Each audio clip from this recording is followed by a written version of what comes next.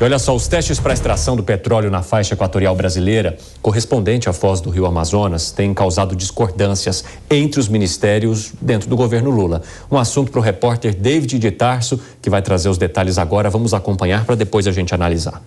De um lado, a expectativa de superar cada vez mais a exploração de petróleo no país, elevando os lucros da Petrobras. E do outro, a luta pela preservação do meio ambiente. Desde o começo do mês, a possibilidade de realizar testes para a extração do petróleo na faixa equatorial brasileira correspondente à foz do Rio Amazonas tem causado uma verdadeira guerra no governo Lula entre o ministro de Minas e Energia, Alexandre Silveira, e a ministra do Meio Ambiente, Marina Silva. Os embates acalorados trazem à tona as atuações em ambos os campos. Alexandre Silveira defende que o avanço nas explorações é fundamental para o Brasil. Nós ainda dependemos dos combustíveis fósseis. O petróleo e gás, além de suprimento nacional, é divisa para o Brasil para poder combater essas desigualdades. Já a ministra do Meio Ambiente, Marina Silva, tem feito críticas ao pensamento de realizar mais extração de petróleo sem testes precisos sobre os impactos ambientais que podem ser causados. A lei que foi criada, que obriga a avaliação ambiental estratégica ou avaliação ambiental integrada, foi em 2012. E que houve uma decisão de fazer para alguns empreendimentos e outros não. Na categoria do outros não, entrou a margem equatorial. Poder-se-ia muito bem ter feito o referido estudo da área de abrangência, dessa quantidade enorme de 200 perfurações, mas não foi isso que foi feito. Ao longo de 2022, a Petrobras teve um lucro recorde de mais de 188 bilhões de reais. Lucro esse superior em 77% em relação a 2021.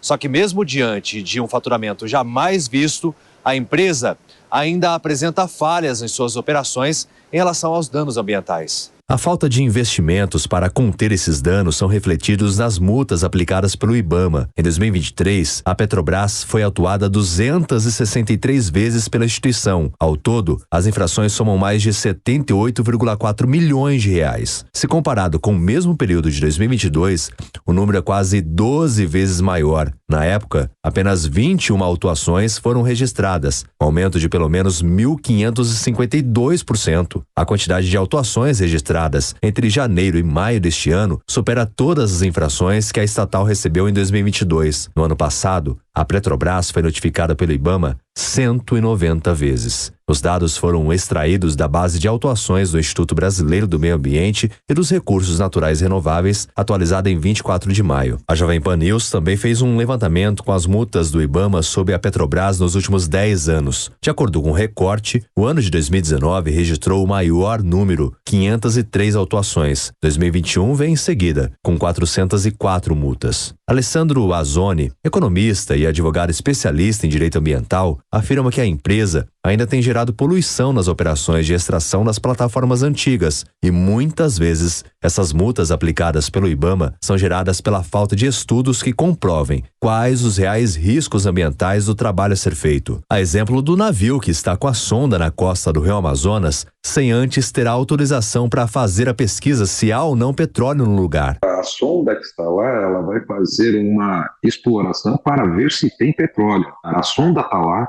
lógico que ela tem um custo, só que assim, como que você faria um empresário normal? Você não levaria a sonda sem a licença, pelo menos a licença prévia na sua mão. Você leva então a sonda, coloca, submerge ela e depois você vai tirar a licença. Então assim, isso já decorre de uma informação, você pegando o histórico das multas ambientais da Petrobras, aí é assim que você tem uma situação dos técnicos serem mais exigentes nesse sentido. Nossa produção entrou em contato com a Petrobras para que pudesse se posicionar sobre as multas, mas não tivemos retorno sobre esse assunto.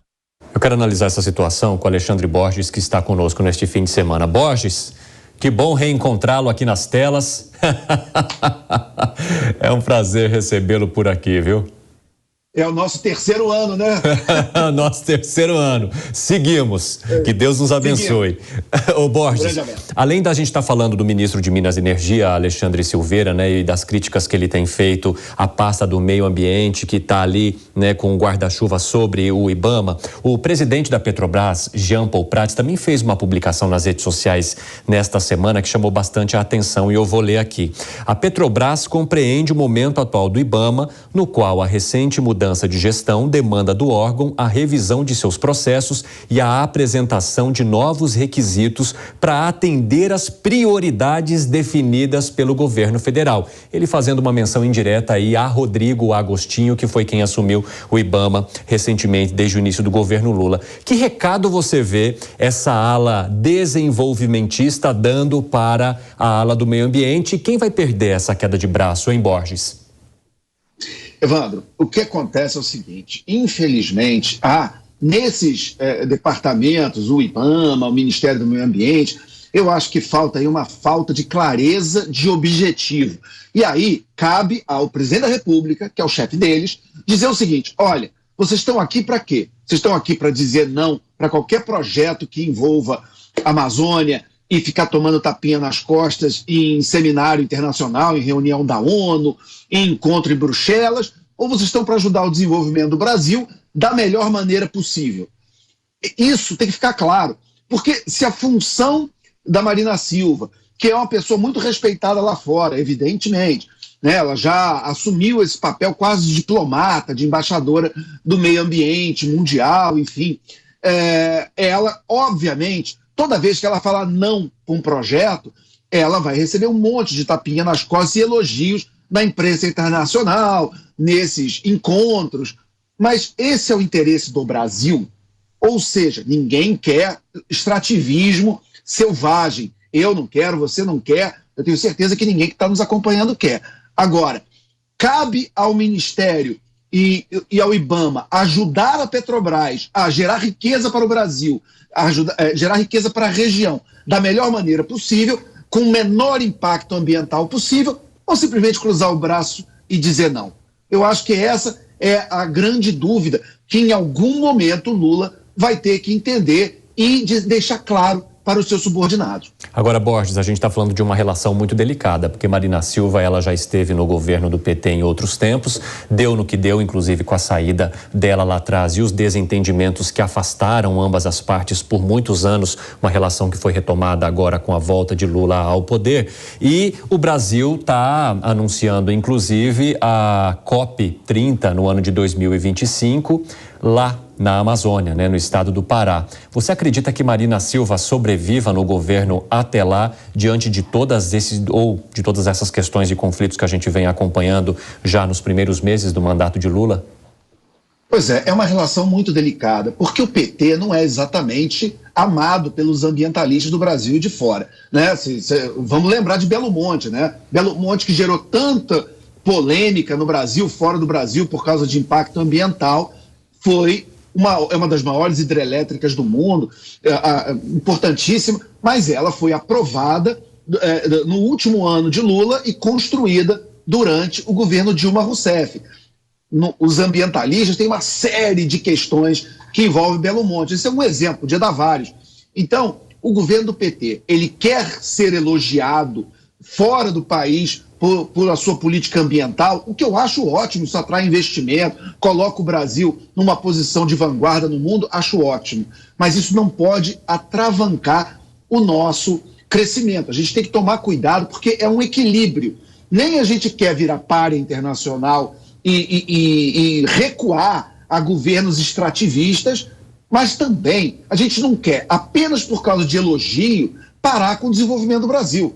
Então, na minha visão, o grande caminho seria chamar os ministérios, chamar o IBAMA e falar, olha só, a gente quer vocês, a gente adora vocês, a gente acha que vocês são importantíssimos, mas vocês estão aqui para ajudar como a Petrobras pode fazer isso sem impacto ambiental. Se é para cruzar o braço e falar não, aí Não dá, né?